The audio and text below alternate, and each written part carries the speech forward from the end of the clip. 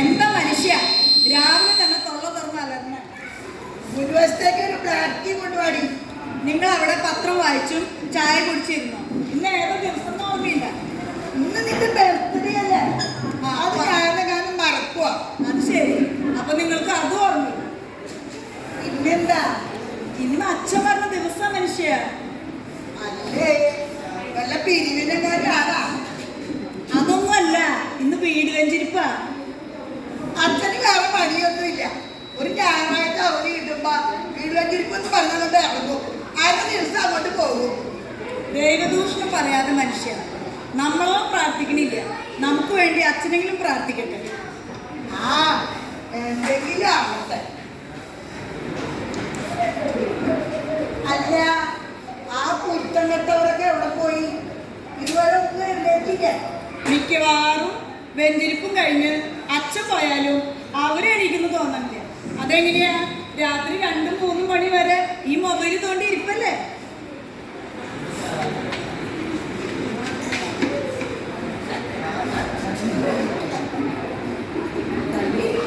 സമയം 12 ആയതുള്ളല്ലോ. സാറിന് നേരത്തെയാണല്ലോ. അതെ, ഇവിടെ തലയും ചൊറിഞ്ഞിരിക്കാണ്ട് വേഗം പോയി ബാക്കിയുള്ളവരും വിളിച്ചേൽപ്പിച്ച് ആ റൂമൊക്കെ ഒന്ന് വൃത്തിയാക്കിയിട്ട്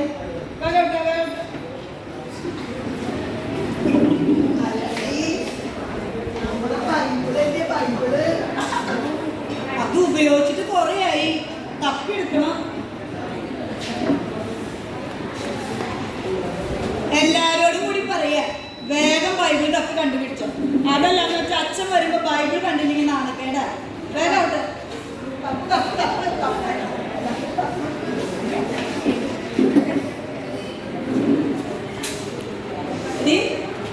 നീ അപ്പുറത്തെ സാറാമ്മയുടെ വീട്ടിൽ പോയിട്ട് ആ ബൈബിൾ മേടിച്ചോണ്ട് വന്നേ.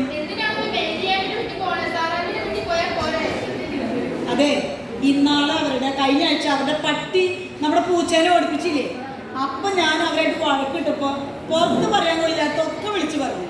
മാത്രമല്ല അവളുടെ സ്വഭാവം തീരെ മോശം. നീ ആ സാറമ്മയുടെ വീട്ടിൽ പോയാൽ മതി. ശരി.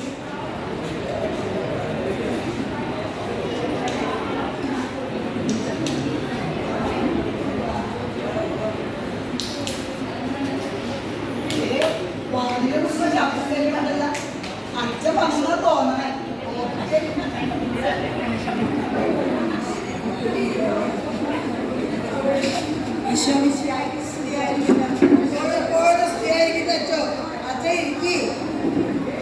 അതല്ല, ഒരാളെ കൂടി കാണില്ല. അമ്മച്ചിന്റെ നീ കൊല്ലോ, നീ പോയി ആ വല്യമ്മച്ചിനെ കൊണ്ട് വെച്ചോട് തന്നെ.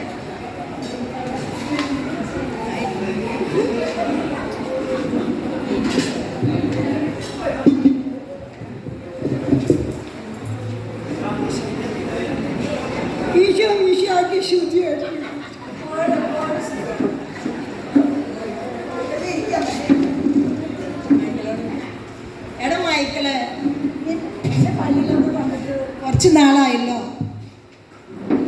ഒന്നും പറയണ്ട. വർക്ക് കഴിഞ്ഞ് വരുമ്പോ തന്നെ ഒരു സമയമാവും. നിന്റെ പള്ളിയിലൊക്കെ വരാൻ പോയ അന്നത്തെ ദിവസം പോക്ക. ഞായറാഴ്ച കുർബാന കടകൊള്ളണമെന്ന് അറിയില്ല. ഓ, കടത്തിന്റെ കാര്യം പറഞ്ഞപ്പോ ആ അപ്പുറത്തെ വീട്ടിലെ മേരി എന്റെ കയ്യിൽ നിന്ന് കഴിഞ്ഞ ആഴ്ച 1000 രൂപ കടം മേടിച്ചിട്ട് ഇതുവരെ തിരിച്ചു തന്നിട്ടില്ല. അവിടെ പോയി വഴക്കുണ്ടാക്കാൻ എനിക്ക് വയ്യച്ചു. ആ കടം നല്ലതാണ്. ഞായറാഴ്ച കുർബാന നന്നായി ഒരുങ്ങി കുർബാനയിൽ പങ്കെടുക്കണമെന്ന് പറഞ്ഞത്. അത് ശരിയാ. ഈ പള്ളിയിൽ ഏറ്റവും നന്നായി കുർബാനയ്ക്ക് ഒരുങ്ങി വരുന്നത് ഞാനാണ്. നന്നായി ഒരുങ്ങുന്നവരുണ്ട്. അവിടെ ഫാഷൻ ഷോ വല്ലതുണ്ട്. ആത്മീയമായി ഞായറാഴ്ച കുർബാനയിൽ ഒരുങ്ങി പങ്കെടുക്കണമെന്ന് പറഞ്ഞത്. എടാ മോനെ, നിന്നെ പള്ളിയിലൊക്കെ കണ്ടിട്ട് ഒരുപാട് നാളായല്ലോ. എന്നാ ലാസ്റ്റ് ഫുഡ് ഉണ്ടായേ? ആ, ഓണത്തിനല്ലേ? അന്ന് ഞാൻ വന്നിട്ടുണ്ടായില്ലോ. ഓണത്തിന് മാത്രം പ്രത്യക്ഷപ്പെടാൻ നീ ആരാ? മാവേലിയ? അപ്പൊ നീയടി ഇൻട്രസ്റ്റ് ഇല്ലാണ്ടല്ല അച്ഛാ, ഭയങ്കര തിരക്കാ. രാവിലെ ബാഡ്മിന്റൺ ക്ലാസ്, ട്യൂഷൻ, പിന്നെ വൈകുന്നേരം ഡാൻസ് ക്ലാസ്. ഒട്ടും സമയമില്ല. അപ്പൊ ചുരുക്കി പറഞ്ഞ ഒഴിവാക്കാൻ പറ്റുന്നത് പള്ളിയും കുർബാനയും മാത്രമാണെന്ന് അർത്ഥം. അപ്പൊ നീയോ? ഞാൻ പള്ളിയിൽ വരാറുണ്ട്. അച്ഛൻ കാണാൻ കിട്ടാ. ഭംഗിയുണ്ട്. എന്നാൽ അടുത്ത ഞായറാഴ്ച മുതൽ നിന്നെ പള്ളിയുടെ മുമ്പിൽ കാണണം. എൻ്റെ മക്കളെ, ഞായറാഴ്ച കുർബാനയ്ക്കും സൺഡേ സ്കൂളിനുമൊക്കെ നമ്മുടെ ജീവിതത്തിൽ വലിയ പ്രാധാന്യമുണ്ട്. അങ്ങനെ പറഞ്ഞു കൊടുക്ക അച്ഛോ. ഞാൻ പറഞ്ഞവർക്ക് ഒരു അനുസരണയില്ല. അതിന് നിങ്ങൾ ഞായറാഴ്ച പള്ളി വരാറുണ്ട്? ഇല്ല അച്ഛോ, സൗകര്യം കിട്ടുമ്പോഴൊക്കെ. കുടുംബ പ്രാർത്ഥനയിലും ഉണ്ടോ? എൻ്റെ അച്ഛ, അതൊന്നും നടക്കണ കാര്യമല്ല. ജോലി കഴിഞ്ഞ് വന്ന് പിന്നെ പ്രാർത്ഥനയൊക്കെ ചെല്ലാന്ന് വെച്ചാൽ വലിയ ബുദ്ധിമുട്ടാണ്. മക്കൾക്കാണെങ്കിൽ ഇന്നത്തെ കാലത്ത് ട്യൂഷനൊന്നും പഠിക്കാണ്ട് ഒരു പരിപാടി നടക്കില്ല. ട്യൂഷൻ മാത്രമല്ല അച്ഛ, എൻട്രൻസ് കോച്ചിങ് കൂടി ഉണ്ട്. എൻ്റെ മക്കളെ, നിങ്ങൾക്ക് ഇതിനിടയ്ക്ക് ഭക്ഷണം കഴിക്കാൻ സമയം കിട്ടാറുണ്ട്? ഭക്ഷണം മുടങ്ങിയാലും കുളി മുടങ്ങിയാലും ട്യൂഷൻ മുടങ്ങരുത്, അതാണ് ഇവിടുത്തെ നിയമം. എൻ്റെ ദൈവമേ, ഇതിലും നല്ലത് ഉഗാണ്ടയായിരുന്നു. അതാ നമുക്കിനി പ്രാർത്ഥിക്കാം. എടാ മോനെ, നീ ആ ബൈബിൾ എടുത്ത് Ephesians 5:22 മുതൽ ഒന്ന് വായിച്ചു. നീ അതും വായിക്കണോ?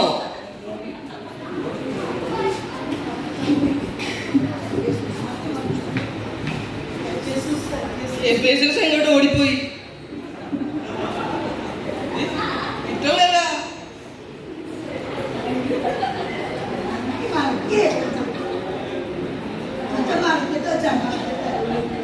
ഓ, കഷ്ടപ്പെടണ്ട, ഞാൻ തന്നെ പറയാം. മക്കളെ, നമ്മളിപ്പോൾ കൈത്താ കാലത്തിലാണ്. എന്താച്ചാ കഴുതാക്കാലോ? ഇത് മഴക്കാലല്ലേ? ഒന്നും മിണ്ടാതിരിയടാ. മിണ്ടാതിരിക്കാൻ പറഞ്ഞിട്ട് ഒരു കാര്യമില്ല. വേദപാഠത്തിന് വിടാണ്ട് ട്യൂഷന് വിട്ട് കഴിഞ്ഞാൽ ഇവർക്ക് എന്തെങ്കിലും അറിയോ?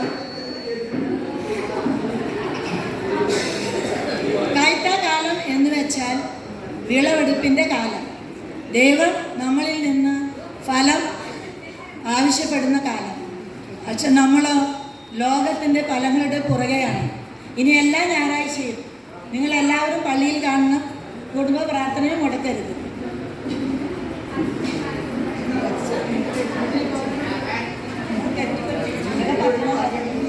ഇതെല്ലാം പറ്റുന്ന കാര്യമാണ് അച്ഛൻ. ഇതെല്ലാം നമുക്ക് പറ്റണം. ദൈവത്തിനായിരിക്കണം നമ്മുടെ ജീവിതത്തിൽ ഒന്നാം സ്ഥാനം. ഈ ലോകത്തിൽ നമ്മൾ ഒരുമിച്ച് കൂട്ടുന്ന പേരും പെരുമയും ഒന്നും നമുക്ക് മരിച്ചാൽ കൊണ്ടുപോകാൻ പറ്റത്തില്ല. മക്കളെ ദൈവത്തിലേക്ക് അടുപ്പിക്കേണ്ടതും മാതാപിതാക്കളുടെ കടമയാണ്. ഞങ്ങൾക്ക് തെറ്റ് പറ്റിപ്പോയി അച്ഛോ. ഞങ്ങളുടെ തെറ്റ് ഞങ്ങൾ മനസ്സിലാക്കും. ഞങ്ങൾ ഇനി മുതൽ ഞങ്ങൾ ദൈവത്തിന് ഒന്നാം സ്ഥാനം കൊടുക്കും. എല്ലാ ഞായറാഴ്ചയും ഞങ്ങൾ പള്ളിയിൽ വരും. കുടുംബ പ്രാർത്ഥന മുടക്കില്ല. Praise the Lord.